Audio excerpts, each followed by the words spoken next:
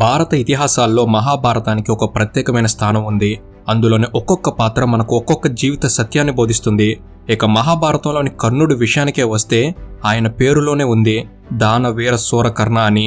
అటు దానంలోనూ ఇటు వీరత్వంలోనూ సాటిలేనివాడు కర్ణుడు. కర్ణుడి దానగుణం గురించి మీకు ఒక చిన్న ఉదాహరణ చెప్పాలి అంటే, ఒకరోజు కర్ణుడు తన శరీరానికి నలుగు పెట్టుకుంటుండగా అతని దగ్గరకు ఒక వ్యక్తి వచ్చి తన కూతురు పెళ్లి ఉంది, ఏదైనా సహాయం చేయమని అడుగుతాడు. వెంటనే కర్ణుడు మరుక్షణం ఆలోచించకుండా తన ఎడమ చేతి వైపు ఉన్న వజ్రాలు పొదిగిన బంగారు గిన్నెని ఇచ్చేశారట. కర్ణుడి పక్కన ఉన్నవారు ఎడమ చేతితో దానం చేయవద్దు, కుడి చేతితో ఇవ్వండి అంటే, పర్వాలేదు, ముందు అతనికి అది ఇవ్వటం ముఖ్యం. ఆ గిన్నె ఎడమ చేతి నుండి కుడి చేతికి వచ్చేసరికి నా మనసు మారితే అతనికి నేను ఏమీ ఇవ్వని వాడినవుతానని అన్నాడట.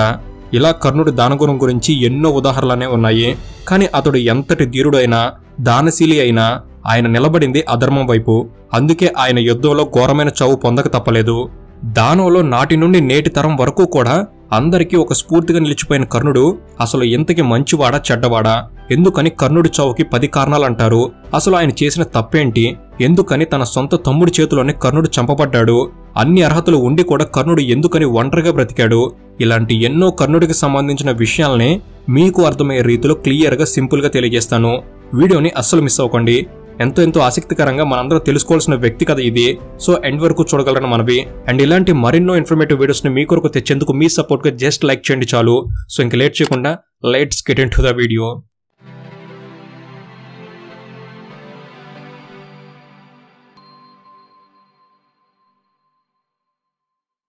మొదటిగా కర్ణుడు పుట్టుక గురించి చూస్తే, కర్ణుడి పుట్టుక అనేది చాలా విచిత్రంగా అద్భుతంగా జరిగింది.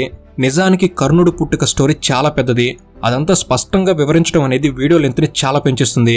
అయినప్పటికీ ఈ విషయాన్ని స్కిప్ చేయకుండా షార్ట్ గా స్వీట్గా సింపుల్గా మీకు అర్థమయ్యేలా తెలుపుతాను. మనందరికీ పాండవులు 5గురు అని తెలుసు. ఈ పాండవులు 5గురు పాండురాజు యొక్క కొడుకులు. పాండురాజుకి 2 భార్యలు. మొదటి భార్య పేరు కుంతి, ఈమెకు 3 కొడుకులు పుడతారు. వారే ధర్మరాజు, భీముడు, అర్జునుడు. ఇక రెండవ భార్య పేరు మాద్రి, ఈమెకి 2 కొడుకులు పుడతారు. వారే నకులుడు, సహదేవుడు. ఇలా పాండురాజుకి 2 భార్యల ద్వారా పుట్టిన ఈ 5గురు మగపిల్లల్ని పాండవులుగా పిలుస్తున్నాము. ఇక్కడే ఒక నిమిషం బాగా గమనిస్తే, పాండురాజు మొదటి భార్య కుంతికి పెళ్లికి ముందే ఆమె ఒక మగబిడ్డకి తల్లి అవుతుంది. ఆ మగబిడ్డ మరెవరో కాదు, మన వీడియో టాపిక్ లో హీరో అయిన కర్ణుడే. అదేంటి, పెళ్లికి ముందే ఆమె తల్లి అవడం ఏంటని సందేహించకండి. ఇలా జరగడం వెనుక ఒక చిన్న సంఘటన దాగి ఉంది. పూర్వం ఒక రాక్షసుడు ఉండేవాడు. అతను బ్రహ్మదేవునికి ఘోర తపస్సు చేయడంతో అతను 1000 కవచాలను వరంగా పొందాడు. దాంతో అప్పటి నుంచి అతన్ని సహస్ర కవచుడు అని పిలవడం ప్రారంభించారు. ఈ కవచాలు ఎప్పుడైతే ఇతనికి వరంగా వచ్చాయో అతనికి గర్వం పెరిగి అన్ని లోకాల్లో ఉన్న అందరినీ నానా హింసలకు గురిచేస్తూ ఆనందిస్తూ ఉండేవాడు. దాంతో అతని హింస భరించలేక చాలా ప్రాణులు విష్ణువు దగ్గరకు వెళ్లి శరణు కోరగా, అప్పుడు విష్ణు ఇలా అంటాడు, మీరు భయపడకండి, అతడికి చావు అనేది నా యొక్క నారాయణ రూపంలో వస్తుంది అని వారికి ధైర్యం చెప్పి వారిని వెనక్కి పంపుతాడు. ఇక ఇది జరిగిన కొంతకాలం తర్వాత విష్ణువు నర మరియు నారాయణ అనే 2 అన్నదమ్ములకు మరో రూపంలో జన్మించాడు. ఇక ఈ నరనారాయణలు తపస్సు చేసుకుంటుండగా ఒక రోజున ఈ సహస్ర కవచుడికి వీరు కనిపించడంతో వారిని వెళ్లి కదుపుతాడు. దాంతో అలా వీరి మధ్య యుద్ధం మొదలవుతుంది. అయితే ఇక్కడే ఒక షరతు ఏమిటంటే, నరనారాయణలు 2, సహస్ర కవచుడు ఒకడే కాబట్టి ఇలా యుద్ధం చేయడం ధర్మం కాదు. కాబట్టి నరనారాయణలు ఇలా అంటారు, మేమిద్దరం కలిసి నీ ఒక్కనితో యుద్ధం చేయడం ధర్మం కాదు. కనుక మాలో ఒకడు నీతో యుద్ధం చేస్తుంటే మరొకడు తపస్సు చేసుకుంటాడు. అతని తపస్సుకు నీవు ఎలాంటి అంతరాయం కలిగించకూడదు. ఇందుకు నీకు సమ్మతమే అయితే యుద్ధం చేస్తాము అని అంటారు. దాంతో సహస్ర కవచుడు ఈ ఒప్పందానికి సమ్మతిస్తాడు. ఇక యుద్ధం మొదలైంది. యువతుల వైపు నరుడు తపస్సు చేసుకుంటుంటే నారాయణుడు యుద్ధానికి దిగుతాడు. ఇలా 1000 సంవత్సరాలు గడిచాక మరలా నరుడు యుద్ధంలో దిగగా నారాయణుడు తపస్సు చేసుకుంటాడు. ఇలా 1000 సంవత్సరాలు ఒకరి తర్వాత ఒకరు సహస్ర కవచుడితో యుద్ధం చేసి అతని 1000 కవచాల్లో 999 కవచాలను ఛేదిస్తారు. దాంతో సహస్ర కవచుడికి చివరికి 1 కవచమే మిగులుతుంది. దాంతో అతనికి ప్రాణభయం కలిగి యుద్ధరంగం వదిలి వెంటనే సూర్యదేవుని వద్దకు కాపాడమని పరిగెడతాడు. దాంతో సూర్యదేవుణ్ణి అభయం ఇవ్వమని వేడుకోగా అప్పుడు సూర్యుడు ఇలా అంటారు, కలకాలం నీకు నేను అభయం ఇవ్వలేను, కానీ ప్రస్తుతానికి మాత్రం నరనారాయణుల నుంచి నీకు విడుదల కలిగిస్తాను అని చెప్పి ఆ సహస్ర కవచుడిని మరొక జన్మగా ఒక పసిపిల్లవాడిగా మార్చేసి సూర్యుడు ఆ బిడ్డను కుంతిదేవికి ఇచ్చి వెళ్తాడు. అప్పటికి కుంతిదేవికి పెళ్లి కాలేదు.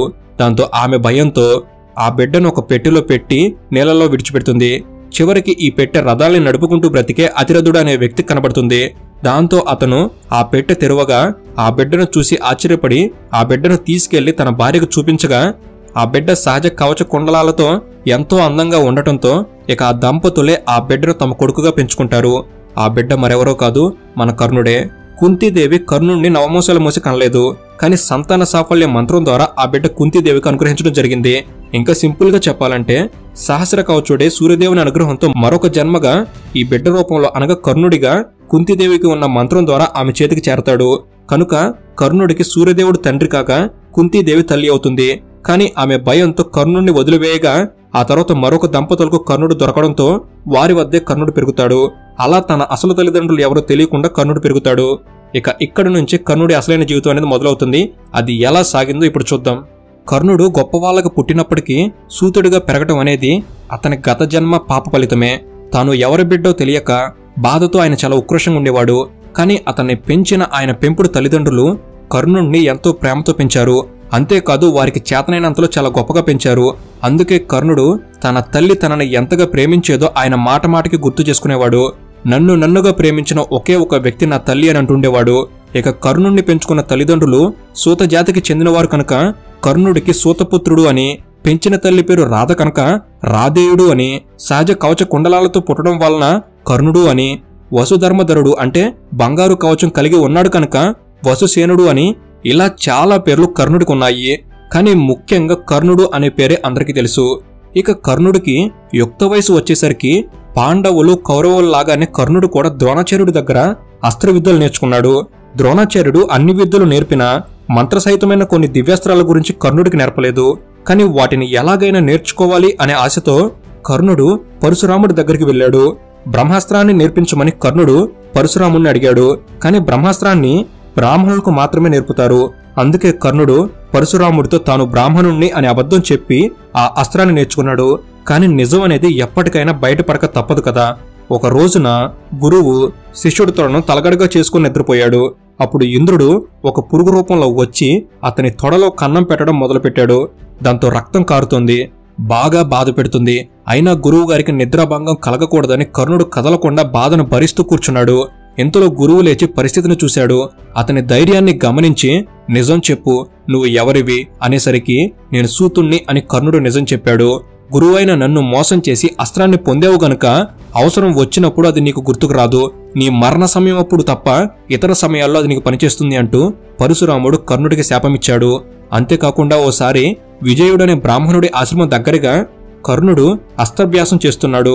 ఇంతలో కర్ణుడి బాణం అజ్ఞానం కొద్దీ అజాగ్రత్త కొద్దీ ఆ బ్రాహ్మణుడి హోమధేనువు తాలూకు దూడకు తగిలి చనిపోయింది. అది చూసి విజయుడు అజాగ్రత్తతో నువ్వు బాణాలను వేసి నా హోమధేనువు బిడ్డను చంపావు గనుక యుద్ధ వేళ నీ రథచక్రం గోతులో కూరుకుపోయి ప్రాణాంతకమైన భయానికి నువ్వు గురవుతావు అని శపించాడు. ఇలా రకరకాల శాపాలకు కర్ణుడు చివరికి గురవుతాడు. అందుకే అంటారు కర్ణుడి చావుకి 10 కారణాలు అని. ఇక కర్ణుడు అనగానే మనందరికి గుర్తుకు వచ్చేది ఆయనలోని దానగుణం. ఎందుకంటే దానాలలో కర్ణుడిని మించిన వారు లేరు. ఆయన దాన గుణం గురించి చెప్పాలంటే సహజ కవచ కుండాలతో జన్మించిన కర్ణుడి వలన తన కుమారుడు అర్జునుడికి ఎప్పటికైనా ముప్పు తప్పుతుందని గ్రహించిన దేవేంద్రుడు పేద బ్రాహ్మణుడి రూపంలో వచ్చి కవచ కుండలాలను దానంగా కోరాడు. ఇలాంటి మోసమేదో జరుగుతుందని ముందుగానే ఊహించిన సూర్యుడు దేవేంద్రుడు విప్ర రూపంలో వచ్చి నీ కవచ కుండలాలు ఇవ్వమని అడుగుతాడు. వాటిని మాత్రం ఇవ్వకని తన కొడుకైన కర్ణుడిని ముందుగానే హెచ్చరిస్తాడు.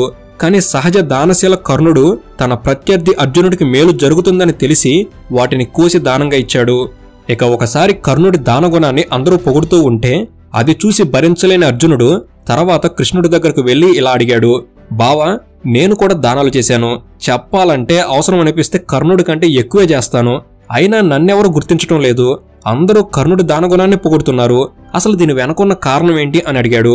అప్పుడు కృష్ణుడు చిరునవ్వు నవ్వి ఊరుకున్నాడు. ఆ సంభాషణ జరిగిన సాయంత్రం కృష్ణుడు అర్జునుడు అలా బయటికి వెళ్లారు.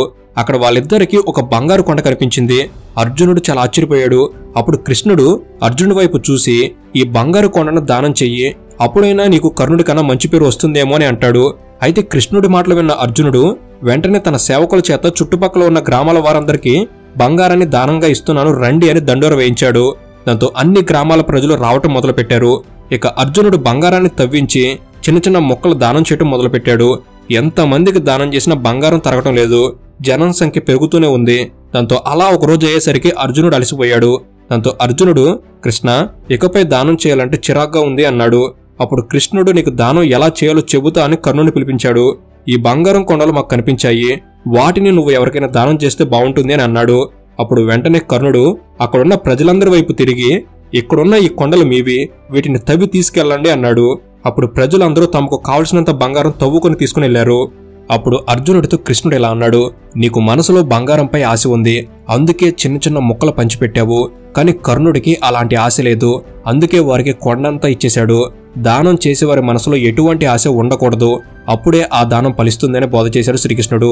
ఈ సంఘటన తర్వాత కర్ణుడి వివేచనకు సంతోషించి కృష్ణుడు ఏదైనా వరం కోరుకోమన్నాడు. అందుకు కర్ణుడు, కృష్ణ యాచించడం ఎంత కష్టమో లేదని చెప్పడం కూడా అంతే కష్టం, అంతేకాదు నీచం కూడా. కాబట్టి ఏ జన్మలోనూ దేహి నాస్తి అనే మాటలు నా నోటి వెంట రాకుండా అనుగ్రహించమని కోరాడు. ఇలా కర్ణుడు తన దాన ధర్మాలతో దానకర్ణుడయ్యాడు. దానంతో ఇలా ఎంతో మంచి పేరును సంపాదించుకున్న కర్ణుడు ఎందుకని చివరికి సొంత తమ్ముడి చేతిలోనే చావాల్సి వచ్చింది అనేది ఇప్పుడు చూద్దాం. కర్ణుడిని చంపింది అర్జునుడు. కర్ణుడికి అర్జునుడికి మధ్య ఉన్న సంబంధం ఏమిటి అంటే, వీరిద్దరి తల్లి కుంతినే. అంటే కర్ణుడు కుంతి యొక్క మొదటి కొడుకు, పెద్ద కొడుకు. ఈ ప్రకారంగా చూస్తే కర్ణుడు అర్జునుడికి అన్న అవుతాడు. ఇక వీరి మధ్య యుద్ధానికి పరిస్థితులు ఎలా దారితీసే చూసినట్లయితే, మనందరికీ తెలుసు కౌరవులకి పాండవులపై పగ ఉండేదని. అందుకోసం కౌరవులు ఈ పగ కోసం ఉపయోగపడే ప్రతి ఒక్కరిని వాడుకునేవారు. ఈ పగలో భాగంగానే కౌరవుల మాయలో చిక్కుకుపోయినవాడు కర్ణుడు. 100 మంది కౌరవుల్లో అందరికంటే మొదటివాడు పెద్దవాడు దుర్యోధనుడు. ఒక రోజున ఈ దుర్యోధనుడు అస్త్రకళా ప్రదర్శనలో కర్ణుడిని చూసి అతని నైపుణ్యాలకు ఆకర్షితుడై ఇతన్ని తన పక్షాన పెట్టుకుంటే అర్జునుడిని ఎదిరించవచ్చని ఎంతగానో సంతోషపడిపోయాడు. దాంతో ముందుగా కర్ణుడికి తన రాజ్యాన్ని బహుమతిగా ఇస్తూ వల వేసి కర్ణుడిని తన వైపు తెచ్చుకున్నాడు. అలా అంగరాజ్యానికి రాజుగా కర్ణుడిని చేశాడు. కర్ణుడికి కూడా రాజు అవ్వాలనే కోరిక ఉండటంతో తాను కూడా ఉచ్చనీచాలను చూడకుండా అధర్మం వైపు చేరిపోతాడు. అలా పదవి, రాజ్యం మీద ఆశతో చివరికి కర్ణుడు దుర్యోధనుడి పక్షాన ఉంటూ తప్పులు చేయడం ప్రారంభిస్తాడు. కర్ణుడు ఎంత పెద్ద స్థానానికి చేరినా ఆయన ఎప్పుడూ అసంతృప్తితోనూ బాధతోనూ ఉండేవాడు. ఎందుకంటే ఆయనపై వేసిన ముద్రను ఆయన తట్టుకోలేకపోయాడు. గొప్పవాడు కావాలన్న ఆయన అత్యాశ వల్ల ఎక్కడికి వెళ్ళినా ఆయన్ని ప్రజలు సూతుడు లేదా తక్కువ జాతివాడు అనే అంటుండేవారు. ఆయన జీవితం అంతా దీనితోనే బాధపడేవాడు. ఈ బాధ మహాభారతంలో అద్భుతమైన ఈ వ్యక్తిని నీచమైన, వికృతమైన పాత్రగా తయారు చేసింది. ఆయన ఒక ఉన్నతమైన వ్యక్తి. ఆయన తన ఔన్నత్యాన్ని, దానగుణాన్ని అనేక సమయాలు చూపించాడు. కానీ ఆయనకున్న బాధ అనేది సమాజంపై పగలాగా తయారైంది. దానివల్ల ఎన్నో విధాలుగా ఆయనే అంతా తారుమారు చేసుకున్నాడు. కర్ణుడు మహాశౌర్యం కలవాడే, మహాదానాలు చేసినవాడే. శౌర్యము, వీరత్వము, దానగుణము గొప్ప ధర్మాలే. కానీ ఒక ధర్మం మరో ధర్మంతో వ్యతిరేకించేలాగా ప్రవర్తిస్తే ముందు చెప్పుకున్న ధర్మాలన్నీ వ్యర్థమైపోతాయి. కర్ణుడు దుర్యోధన, దుశ్శాసన, శకునులతో కలిసి తన ప్రతిభకు మచ్చను తెచ్చుకున్నాడు. అందుకనే అతనికి గురుశాపము, బ్రాహ్మణుడి శాపము వచ్చిపడ్డాయి. కానీ తన జీవితంతో కర్ణుడు కర్మను నమ్మాడు. తన జీవితాన్ని చాలా ధైర్యంగా ఆస్వాదించాడు. ఇక పాండవులకి, కౌరవులకి మధ్య కురుక్షేత్ర యుద్ధం మొదలైంది. కర్ణుడు కౌరవుల తరపున యుద్ధానికి దిగాడు. కర్ణుడు కురుక్షేత్ర యుద్ధంలో 17వ రోజు అర్జునుడితో జరిగిన యుద్ధంలో మరణించాడు. కర్ణుడికి ఉన్న దివ్య అస్త్రములు, కవచల కుండలాలు అన్ని పోగొట్టుకుని పరశురాముడు ఇచ్చిన బ్రహ్మాస్త్ర ప్రయోగం మరిచిపోయి తన రథచక్రాలు యుద్ధభూమిలో చిక్కుకున్న తర్వాత యుద్ధభూమిలో మరణం పొందుతాడు. ఇలా కర్ణుడు తన సొంత సోదరుడైన అర్జునుడి చేతిలో మరణిస్తాడు. కర్ణుని మరణం తర్వాత కుంతి యుద్ధభూమికి వెళ్ళింది. పాండవులు ఆ రోజు సాయంత్రం అనగా కర్ణుడు చనిపోయాక గాని అతను తమ అన్న అనే విషయాన్ని, కర్ణుడితో తమకున్న సంబంధం గురించి తెలుసుకుని మరణించిన కర్ణుడి చివరి కర్మల్ని వారు నిర్వహించారు. అందరికంటే పెద్దవాడిగా పుట్టి అర్జునుడి కంటే విలువిద్యలో ఎంతో నేర్పరైనప్పటికీ రాజ్యాన్ని ఏలే అన్యార్హతలు ఉన్నా అతనికి పట్టం కట్టలేకపోయింది వారి వంశం. ఇక యుద్ధంలో కర్ణుడు చనిపోయాక అర్జునుడు కర్ణుడు నా చేతిలోనే మరణించాడని గొప్పలు పోతుండగా కృష్ణుడు ఒక మాట చెప్పాడు. చచ్చిన పామును నేను చంపాను అన్నట్టు ఉంది నీ మాటలు. అప్పటికే 4-5 చంపేసిన వాడిని నువ్వు చంపేశాను అనడం బాగున్నదా అన్నాడు కృష్ణుడు. నా మాయ వల్లే కర్ణుడు ఓడిపోయాడు. ఇంద్రుణ్ణి పంపి తన కవచకుండలాలు భిక్షమడిగి తెప్పించాను. నీ తల్లి కుంతీదేవి మీ అందరి ప్రాణాలు భిక్షగా అడిగి నీపై నాగస్త్రం ఒక్కసారి మాత్రమే ప్రయోగించాలని ప్రమాణం చేయించుకుంది. ఇంకా గురువు శాపం, భూమాత శాపం, ఋషి శాపం అని ఇలా ఎన్నో శాపాలు కర్ణుడిని వెంటాడాయి. అతను నాగస్త్రాన్ని నీపై ప్రయోగించినప్పుడు రథచక్రంలో నా కాళ్లతో తొక్కి కిందకు పంపి నీకు తగలకుండా చేశాను. ఇవన్నీ ఏమి జరగకుండా ఉంటే నువ్వు అతన్ని చంపడం సాధ్యమేనా?